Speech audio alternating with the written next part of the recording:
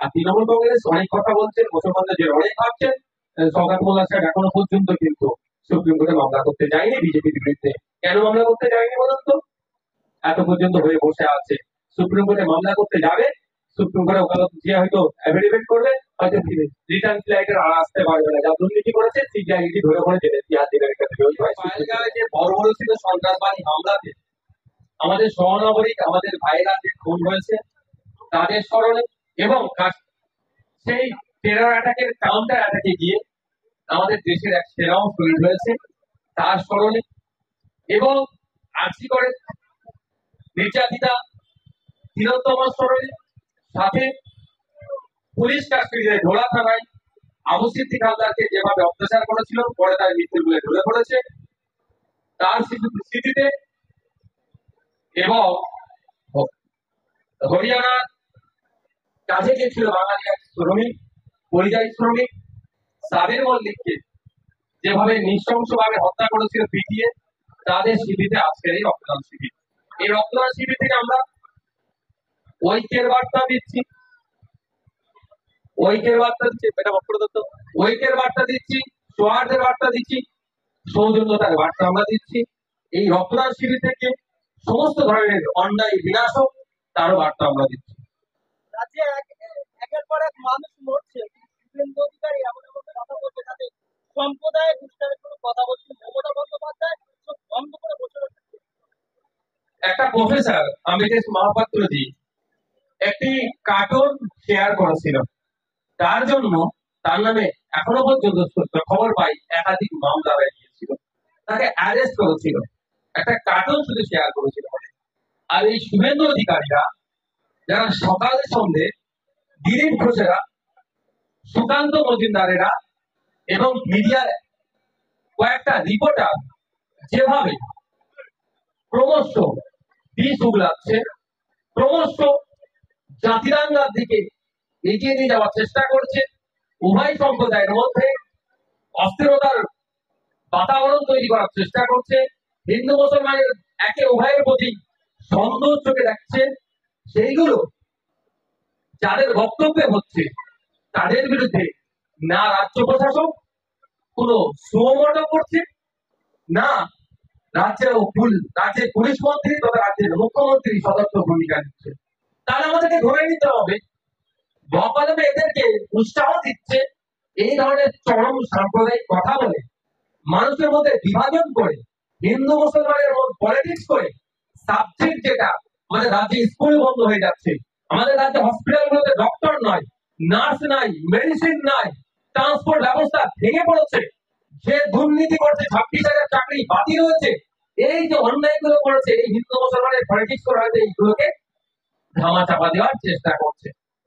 বাংলার মানুষ ঐক্যবদ্ধ হচ্ছে, যারা সাম্প্রদায়িক রাজনীতি করছে, যারা হিন্দু মুসলমানের মধ্যে বিভেদ তৈরি করার চেষ্টা করছে, তাদের বিরুদ্ধে ঐক্যবদ্ধ ভাবে গণতান্ত্রিক পক্ষে লড়াই করবে।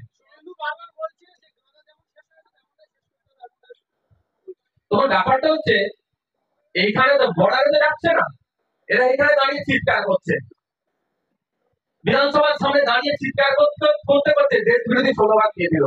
এখনো পর্যন্ত মামলা হলো না, শুধুমাত্র অবাক লাগছে। আর আমি কবে একবার সেই অবশ্যই সেই সব পুলিশকে আমি দালাল বলি না ভাই, কিন্তু যে পুলিশ দালালি করছিল তাকে দালাল বলেছি বলে আমার বিরুদ্ধে মামলা করে দিল। ভাবতে হবে আপনাদেরকে। এই শুভেন্দু অধিকারী যখন বাংলাদেশ যে সংখ্যালঘুদের উপর হিন্দুদের উপর অত্যাচার হচ্ছিল, আমরা রাস্তায় নেমে প্রতিবাদ করেছিলাম, কিন্তু এরা নাটকে প্রতিবাদ করে হিন্দুদেরকে খাপিয়ে তুলে ভোট দেওয়ার চেষ্টা করেছিল।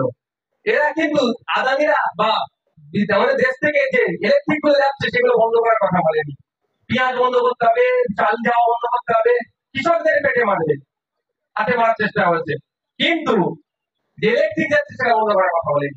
আর আপনারা দেখুন শুভেন্দু অধিকারী অনেক চিৎকার করছে, একবারও বলছে না যে বর্ডারের ধারে গিয়ে আমি আমাদের সেনাদের হয়ে লড়াই করব, বরঞ্চ আমরা বলছি এই সুযোগ আছে, যেভাবে পাকিস্তান বারবার আমাদের দেশকে ডিস্টার্ব করে, আমাদের দেশে ঢুকে শুনছি যেটা, আমি তো আমাদের এটা গোয়েন্দা বিভাগ নয়, রাজ্য সরকার যেটা, কেন্দ্র সরকার যেটা বলছে তাদের প্রতিনিধি যেগুলো বলছে শুনতে পাচ্ছি, তারা কি পাকিস্তান যোগ আছে, এই সুযোগে তো পাকিস্তানকে জবাব দিতে হবে।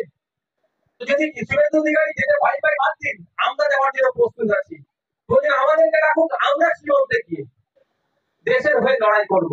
আর শুভেন্দু বাবু বাজার গরম করার কথা বলছে। শুভেন্দু বাবুকে একবারের জন্য বলেছে পাকিস্তানের যারা ব্যবসা করে ইন্ডিয়া থেকে সেটা বন্ধ হবে? একবারের জন্য বলেন। এটা বলেনি যে ইন্ডিয়া থেকে পাকিস্তান ইলেকট্রিক কিনে বিদ্যুৎ কেনে বিদ্যুৎ দেওয়া বন্ধ করে দেবো, পাকিস্তানকে অন্ধকারে রাখবো, এটা বলেনি। এটা বললে কিন্তু মোদী ব্যাগে চুপ করে বস। অমিত শাহ বলবে তুই বেশি বকিস না, চুপ কর, কারণ ইন্ডিয়া থেকে যে ইলেকট্রিকটা যাচ্ছে সেটা মোদী অমিত শাহজিদের বন্ধু পাঠাচ্ছে, তো এ কথা বলছে না। শুভেন্দু বাবু শুধু মানুষকে ভোট দিয়ে পলিটিক্স করতে আছে, ক্ষমতার মসলাতে যেতে চাইছে। মারা যান অনেক যখনই জঙ্গি হামলা হয় দেখে তো চক্রান্ত এটা তো ওটা পুরাতন কথা আর বাস্তবিক কথা। যখন বিজেপি দুর্বল হয় তখন এই ধরনের জঙ্গি আক্রমণ হয়। সেই কার্গিল থেকে শুরু করে অটল বিহারী বাজপেয়ী থেকে শুরু করে বিভিন্ন থেকে পুলওয়ামা থেকে শুরু করে এখন পর্যন্ত এটা তদন্ত সাপেক্ষ, তদন্ত হওয়া দরকার, আসল রহস্য খুঁজে বার করা দরকার।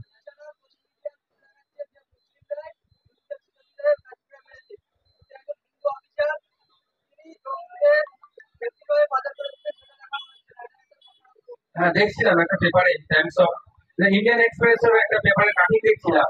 একজন ডিএসপি, একজন অফিসার ডিএসপি দেবেন্দ্র সিং না কি ওর নাম তার মনে আসছে না, উনি কত লক্ষ টাকার বিনিময়ে জঙ্গিদেরকে সেফ জোন দিয়ে বার করেছে। এখানেও চর্চা হওয়া দরকার। ব্যাপারটা হচ্ছে এই যে গদি মিডিয়ার কথা বলছে, এরা তো এদের দেখো ম্যাক্সিমাম শেয়ার যারা কিনে রেখেছে মিডিয়া তারা মোদির ভোট।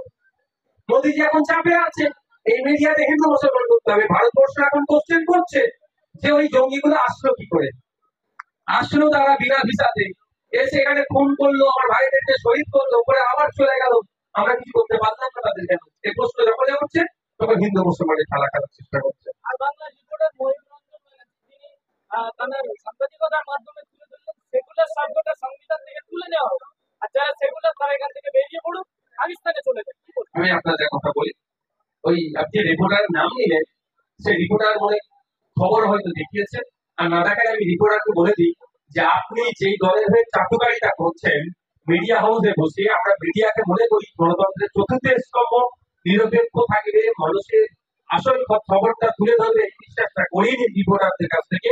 কিন্তু দুর্ভাগ্য, আপনি তো মুখপত্রের হয়ে কাজ করছেন। আপনার দলের এক নেতা সুপ্রিম কোর্টে মামলা করেছিল এই দুটো তিনটে শব্দকে প্রত্যাহারের জন্য সংবিধান থেকে, তার মধ্যে একটা ছিল সেকুলার শব্দটিকে প্রত্যাহার করে দিতেছে সংবিধান থেকে। কিন্তু আইনের চরকে সুপ্রিম কোর্টে মুখ খুঁজে ফিরে এসেছে। আপনার কি আইনের চর খাওয়ার ইচ্ছা যাচ্ছে নাকি আবার নতুন করে? আপনি চাটুকারিতা করুন, আপনি দালালি করছেন, এই সাংবাদিকতা ছেড়ে গেছে, বিজেপির ঝান্ডা ধরে রাজনীতি করে দালালি করুন। দালালি করতে গিয়ে সংবিধানের উপরে প্রশ্ন তুলে দেবেন না। আর সব থেকে বড় কথা, সেকুলারদের কথা বাদ দিন, মোদী কি বলছে এটা সেকুলার কান্ট্রি, তাহলে মোদীজিকে পাকিস্তানে চলে যেতে বলছে? হতে পারে বিনা নিমন্ত্রণে মোদীজি পাকিস্তানে গিয়ে এবার বিরিয়ানি খেয়ে এসেছে, খুব করে ওদের ভালো লেগেছিল। মহিত হয়তো গোপনে গোপনে বলেছে, মহিত তুই এমন কথা বল যাতে আমি পাকিস্তানে চলে যাই, যে শুধু বিরিয়ানি কিনবো। অটল বিহারী বাজপেয়ীর দিকে আমরা সবাই জানি, তিনি বারবার বলেছেন এদের সেকুলার ছিল, সেকুলার আছে, সেকুলার থাকবে। তাই কি যিনি মারা গিয়েছেন অটল বিহারী বাজপেয়ী, তাকেও কি মানে বেঁচে থাকে কি তাকেও দেশ থেকে তাড়িয়ে দিতেন নাকি? এগুলো হচ্ছে সব ধান্দাবাজি হচ্ছে 2026-এ টিকিট বা রাজ্যসভার একটা টিকিট নেওয়ার জন্য এত হই হই করছে না। এখনো সংকট মতন রয়েছে, এমন এমন কথা বলছে কথা, এবং শুধু মুসলিম সম্প্রদায়ের মানুষ বা হিন্দু সম্প্রদায়ের মানুষ তারাও বিপদের মুখে পড়ছে। এরা সত্যি কি তৃণমূল দেখুন, কোন জায়গায় যদি অশান্তি হয় কোন একটা নির্দিষ্ট সম্প্রদায়ের মানুষ ক্ষতিগ্রস্ত হয় না, ভিন্ন সম্প্রদায়ের মানুষ ক্ষতিগ্রস্ত হয়। আপনি যেটা উস্কানি দেওয়ার কথা বলছেন, উস্কানি দিয়ে রিয়াকশন, ব্যাড ইফেক্ট শুধু কি মুসলমানের উপরে পড়বে? হিন্দু মুসলমান নির্বিশেষে মানুষ আক্রান্ত হবে। শুনুন, যারা এই উস্কানি দিচ্ছে তাদের বিরুদ্ধে কিন্তু শুধু মুসলমানরা প্রতিবাদ করছে না এরকম ব্যাপার নয়, ভিন্ন সম্প্রদায়ের মানুষ প্রতিবাদ করছে। কিন্তু দুর্ভাগ্য আমাদের, আমাদের রাজ্য প্রশাসন কি করছে, কেন তাদের বিরুদ্ধে সমর্থন করছে না? মমতা ব্যানার্জি কি করছে, কেন তাদেরকে ধরে জেলের মধ্যে রাখছে না?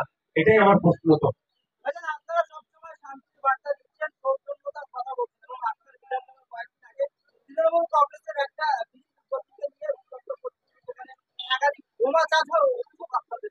তৃণমূল বোমা চাষ করে আমাদের নামে মিথ্যা অভিযোগ দিচ্ছে। ভাই, দেখলেন না আমাদের ছেলেরা বাসন্তী হাইওয়ের উপর দিয়ে যাচ্ছিল শান্তিপূর্ণ একটা প্রতিবাদ করতে, পুলিশ কিভাবে নির্বিচারে লাঠিচার্জ করে মাথা ফাটিয়ে দিচ্ছিল, আপনারা তো দেখিয়েছেন, এটা তো ক্যামেরায় দেখা যাচ্ছে।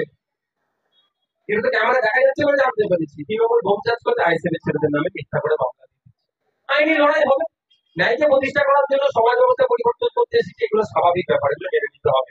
তো এর আগে দেখেছি বাড়ি মসজিদে সুপ্রিম কোর্টে যায়, তখন সুপ্রিম কোর্ট মুসলিমদের পক্ষে ছিল, বাড়ি মসজিদ পক্ষে ছিল। কিন্তু এবারে ওকাব বিলে প্রথমেই সুপ্রিম কোর্ট মুসলিমদের পক্ষে আছে, ওকাবের পক্ষে আছে, কিন্তু লাস্টে দেখা গেছে বাড়ি মসজিদে ঘুরে গিয়েছিল। আপনি যেটা বলছেন আমি অত ডিপে যেতে চাইছি না। বাবরি মসজিদ প্রথম থেকে কি হয়েছে সেই সময় আমার জন্মই হয়নি, বাপ যখন শহীদ ছিল তারপরে আমার জন্ম। আমি ওই বিষয়টা, সে রায়ের ক্ষেত্র যাদের নাকি সই ছিল না, আস্থার উপরে রায় হয়েছে, অনেক প্রশ্ন আছে। আমি এক্ষেত্রে আপনাদের বলতে পারি দুই ভাবে প্রতিবাদ চালিয়ে যেতে হবে। আইনি লড়াই সুপ্রিম কোর্টে চলবে। কেউ যদি মনে করে সুপ্রিম কোর্ট দুটো বিষয় স্টে দিয়েছে মানে ভালো হয়েছে, অবশ্যই ভালো হয়েছে, কিন্তু এটাকে এগিয়ে নিয়ে যেতে হবে। বাকি যেগুলো আছে প্র্যাকটিসিং ইসলাম, 5 বছরের আপনি প্র্যাকটিসিং ইসলাম না থাকলে অফ করতে পারবেন না, এটা কি আইন? তো এই আরো বেশি আইনের সংশোধিত প্রত্যাহারের প্রয়োজন আছে। মাঠে ময়দানে গণতান্ত্রিক প্রক্রিয়ায় শান্তিপূর্ণভাবে ধর্মনিরপেক্ষতা বজায় রেখে প্রতিষ্ঠা করতে হবে এবং সুপ্রিম কোর্টে আইনি লড়াই করতে হবে। সুপ্রিম কোর্টে লড়াই চলছে বলে এখানে আইনি লড়াই চলছে বলে এখানে বন্ধ করে দেবে, যারা বলবে তারা জানবেন বকলে হয়তো বিজেপির কাছে কিছু নিয়ে বসে আছে বা কিছু তাদের অন্য কিছু ইন্টেনশন আছে। লড়াইটা মাঠে ময়দানে হবে, শান্তিপূর্ণভাবে লড়াইটা আইনি লড়াই হবে। দুটো লড়াই আইএসএফ করছে, দুটো লড়াই নওশাদ সিদ্দিকীরা করছে। আর তৃণমূল কংগ্রেস অনেক কথা বলছেন, মুসলমানদের যে লড়াই ভাবছেন, সৌগাত মোল্লা সাহেব এখনো পর্যন্ত কিন্তু সুপ্রিম কোর্টে মামলা করতে যায়নি বিজেপির বিরুদ্ধে। কেন মামলা করতে যায়নি বলুন তো? এত পর্যন্ত হয়ে বসে আছে। সুপ্রিম কোর্টে মামলা করতে যাবে, সুপ্রিম কোর্টে ওকালত দিয়ে হয়তো অ্যাফিডেভিট করবে, হয়তো রিটার্ন ফ্লাইটের আর আসতে পারবে না, যা দুর্নীতি করেছে সিবিআই ধরে করে জেলে দিয়ে দেবে, ওই ভয় সুপ্রিম কোর্টে যাচ্ছে না। Thank you.